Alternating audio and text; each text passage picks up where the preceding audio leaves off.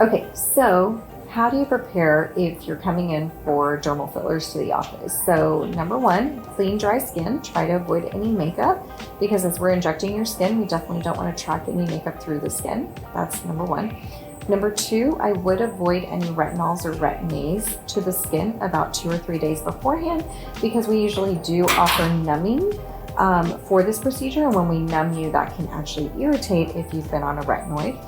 Number three, and most importantly, because the most common question is, will I bruise? Is before any kind of injectable treatment and really before dermal fillers, you want to avoid any kind of blood thinners. So red wine, turmeric, most importantly, fish oil, aspirin, Motrin, Aleve, anything that is going to thin the blood, we want to try to be off of 3 to 5 days prior to your treatment.